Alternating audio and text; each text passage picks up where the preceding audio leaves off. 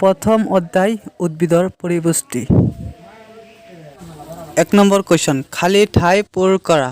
সালোক সংশ্লেষণ কৰা উদ্ভিদৰ টেজ বোলে স্বকোষীয় পৰিপুষ্টি বোলে। 2 নম্বৰ, ৰাফলেচিয়া এবিধ টেজ পৰজীৱী, আন গছৰ শিপাত গজা। 3 নম্বৰ, ব্যংছতা এবিধ টেজ পেকুৰ, মৃতজীৱী উদ্ভিদ। 4 নম্বৰ, সালোক সংশ্লেষণত টেজ গেছ উৎপন্ন হয়। কি গেছ উৎপন্ন হয়? অক্সিজেন। তাৰপিছত কলচী উদ্ভিদ এবিধ টেজ উদ্ভিদ। কি হ'ব? পতংগভোজী উদ্ভিদ। উত্তৰটো কি আছে? শুদ্ধ উত্তৰটো বাছি উলিয়া। তাৰ 1 নম্বৰ আছে ৰদ মুকুতা এবিধ নম্বৰ স্বকোষী উদ্ভিদ, পৰজীৱী উদ্ভিদ, পতংগভোজী উদ্ভিদ, ডি মৃতজীৱী উদ্ভিদ। উত্তৰ কি হ'ব? পতংগভোজী উদ্ভিদ। তাৰ 2 নম্বৰটো কি আছে? মৃতজীৱী উদ্ভিদৰ উদাহৰণ হ'ল কলচী উদ্ভিদ, মন'ট্ৰপা, ৰাফলেচিয়া, ৰদমুকুতা। এনচাৰ কি হ'ব? মন'ট্ৰপা। পত্ৰহৰিতৰ বৰণ ৰংচোৱা সেউজীয়া মটীয়া কলা। উত্তৰ কি হ'ব? সেউজীয়া। নম্বৰটো কি আছে? সালোক সংশ্লেষণত উৎপন্ন হোৱা জৈৱ পদাৰ্থ হ'ল প্ৰটিন, ভিটামিন, গ্লুকোজ, স্নায়ু পদাৰ্থ। কি হ'ব? গ্লুকোজ। 3 নম্বৰ কুৱেশ্যন কি আছে? চমুকৈ উত্তৰ লিখা। তাৰে 1 নম্বৰটো কি আছে? স্বপক্ষী আৰু পৰপক্ষী জীৱৰ মাজৰ পাৰ্থক্য। এতিয়া আমি কেনেকৈ লিখিম উত্তৰ? স্বপক্ষী জীৱ। তাৰে 1 নম্বৰটো কি লিখিম? স্বপক্ষী জীৱই নিজৰ খাদ্য নিজে প্ৰস্তুত কৰিব পাৰে। 2 নম্বৰ, স্বপক্ষী জীৱই আন জীৱৰ ওপৰত নিৰ্ভৰ নকৰাকৈ চলিব পাৰে। 3 নম্বৰ, অকল উদ্ভিদেহে স্বপক্ষী হ'ব পাৰে। তাৰপিছত কি লিখিম? পৰপক্ষী জীৱ। তাৰে 1 নম্বৰটো পৰপক্ষী জীৱই নিজৰ খাদ্য নিজে প্ৰস্তুত কৰিব নোৱাৰে। পৰপক্ষী জীৱই আন জীৱৰ ওপৰত নিৰ্ভৰ নকৰাকৈ চলিব নোৱাৰে। 3 নম্বৰ, উদ্ভিদ আৰু পানী দুটাৰ পৰজীৱীৰ অন্তৰ্গত হ'ব পাৰে।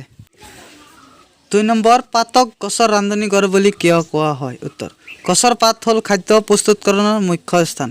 কাৰণ গছৰ পাতত থকা সেউজীয়া পত্ৰহৰিতে সূৰ্যৰ তাপ সংৰক্ষণ কৰি তাৰ সহায়ত খাদ্য প্ৰস্তুত কৰে। এই খাদ্য পাতৰ পৰা উদ্ভিদৰ গোটেই গা, গছ, শিপা আদিলৈ প্ৰেৰণ কৰে। সেইবাবে পাতক গছৰ ৰান্ধনীঘৰ বুলি কোৱা হয়। 3 নম্বৰ, মৃতজীৱী কি? উত্তৰ, কিছুমান জীৱই আন মৃত, গেলা, পচা জীৱৰ ওপৰত গজি তাৰ পৰা আহাৰ পোষণ কৰে। এইবোৰৰ মৰা বস্তু পচাই তাৰ পৰা ৰস আহৰণ কৰে। এনেবোৰ জীৱৰ জীৱন প্ৰণালীক মৃতজীৱিতা বোলা হয়। 4 নম্বৰ, সালোক সংশ্লেষণৰ ৰাসায়নিক বিক্ৰিয়াটো লিখা। উত্তৰ, সালোক সংশ্লেষণ ৰাসায়নিক বিক্ৰিয়াটো হ'ল কাৰ্বন ডাই অক্সাইড, পানী আৰু সূৰ্যৰ পোহৰত শৰ্কৰা, গ্লুকোজ প্লাছ অক্সিজেন উৎপন্ন হয়। 5 নম্বৰ, সালোক সংশ্লেষণৰ কাৰকসমূহ উল্লেখ কৰা। উত্তৰ, সালোক সংশ্লেষণ কাৰকসমূহ হ'ল কাৰ্বন ডাই অক্সাইড, সূৰ্যৰ তাপ, পত্ৰহৰিত, পানী আৰু শৰ্কৰা। 4 নম্বৰ প্ৰশ্ন, উত্তৰ লিখা। 1 নম্বৰ, পানী আৰু উদ্ভিদে কেনেকৈ খাদ্য প্ৰস্তুত কৰে? উত্তৰ, সকলো পানীয়ে খাদ্য সংগ্ৰহ কৰা প্ৰণালী একে নহয়। পানীবোৰে বিভিন্ন উৎসৰ পৰা বিভিন্ন উপায়েৰে খাদ্যবোৰ সংগ্ৰহ কৰি লয়। যেনে গৰু, ছাগলী, হৰিণা আদিয়ে গছৰ পাত, গা আদি সংগ্ৰহ কৰে। চৰাইবোৰে গছৰ গুটি, পাত, পোক পতংগ আদি বিভিন্ন ঠাইৰ পৰা সংগ্ৰহ কৰে। মানুহে বিভিন্ন ঠাইৰ পৰা বিভিন্ন উপায়েৰে খাদ্য সংগ্ৰহ কৰে। আনহাতে উদ্ভিদে যিহেতু লৰচৰ কৰিব নোৱাৰে, সেইবাবে পাতত থকা সেউজীয়া পত্ৰহৰিতে সূৰ্যৰ তাপ সংগ্ৰহ কৰি লয়। এই সূৰ্যৰ তাপ, পানী আৰু কাৰ্বন ডাই অক্সাইডৰ সহায়ত খাদ্য প্ৰস্তুত কৰি লয়। 2 নম্বৰ, সালোক সংশ্লেষণ প্ৰক্ৰিয়াটো চমুকৈ ব্যাখ্যা কৰা। উত্তৰ, উদ্ভিদৰ পাতত থকা পত্ৰহৰিতে সূৰ্যৰ পোহৰ কঢ়িয়াই লয়। আকৌ পাতত থকা বিন্দুবোৰে বায়ুৰ পৰা কাৰ্বন ডাই অক্সাইড কঢ়িয়াই লয় আৰু শিপাই মাটিৰ পৰা পানী, সাৰ আদি কঢ়িয়াই লয়। এই আটাইবোৰৰ উপস্থিতিত উদ্ভিদে এক বিশেষ প্ৰক্ৰিয়াৰ খাদ্য প্ৰস্তুত কৰে। এই প্ৰক্ৰিয়াটোক সালোক সংশ্লেষণ বোলে। 3 নম্বৰ, জীৱৰ পৰিপুষ্টিৰ প্ৰকাৰসমূহ লিখা। জীৱৰ পৰিপুষ্টি প্ৰধানকৈ 2 প্ৰকাৰ, যেনে স্বকোষীয় পৰিপুষ্টি আৰু পৰপক্ষীয় পৰিপুষ্টি। স্বকোষীয় পৰিপুষ্টি কেৱল উদ্ভিদৰ ক্ষেত্ৰতহে হয়, কাৰণ উদ্ভিদবোৰে লৰচৰ নকৰাকৈ আৰু আন জীৱৰ ওপৰত নিৰ্ভৰ নকৰাকৈ নিজে নিজৰ খাদ্য প্ৰস্তুত কৰিব পাৰে।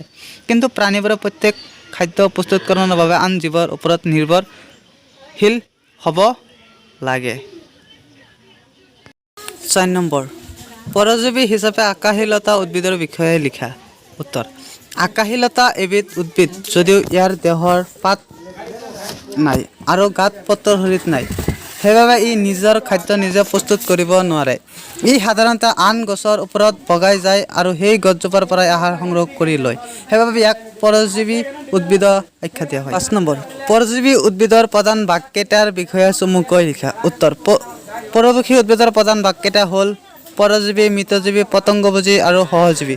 পৰজীৱী উদ্ভিদ আন উদ্ভিদৰ ওপৰত গজে আৰু সেই উদ্ভিদৰ পৰাই আহাৰ সংগ্ৰহ কৰি জীয়াই থাকে, যেনে আকাশীলতা। কিছুমান জীৱ আন মৃত গেলা পচা জীৱৰ ওপৰত গজি তাৰ পৰাই আহাৰ শোষণ কৰে। এইবোৰৰ মৰা বস্তু পচাই তাৰ পৰা ৰস আহৰণ কৰে। এবাৰ মৃতজীৱী বোলে, যেনে কাঠফুলা, বেংচতা, মনটপা, নিউটি, বেকুৰ আদি। কিছুমান উদ্ভিদ নাইট্ৰজেনত কম থকা মাটিত জন্মে, ফলত মাটিৰ পৰা উপযুক্ত পৰিমাণে নাইট্ৰজেন আহৰণ কৰিব নোৱাৰে। ইহঁতৰ দেহত ক্ল'ৰ'ফিল থাকে। ইহঁতে সালোকসংশ্লেষণ প্ৰক্ৰিয়াৰ সহায়ত খাদ্য প্ৰস্তুত কৰে, কিন্তু নাইট্ৰজেনৰ অভাৱত পৰা হাত সাৰিবলৈ থাকিলে এই উদ্ভিদৰ পতংগ দেহৰ পৰা নাইট্ৰজেন জাতীয় পদাৰ্থ আহৰণ কৰে। এইবোৰক উদ্ভিদৰ পতংগভোজী বোলা হয়, যেনে কলচী উদ্ভিদ, ৰথমুকুতা, ভেনাছ ফ্লাইট্ৰেপ আদি। কিছুমান উদ্ভিদে আন জীৱৰ লগত একেলগে থাকি পৰম্পৰা উপকৃত হৈ জীয়াই থাকে। এইবোৰক উদ্ভিদক সহজীৱী উদ্ভিদ বোলে। উদাহৰণস্বৰূপে শেলাই আৰু বেকুৰৰ সমন্বয়ত গঠিত এবিধ সহজীৱী হ'ল লাইকেন।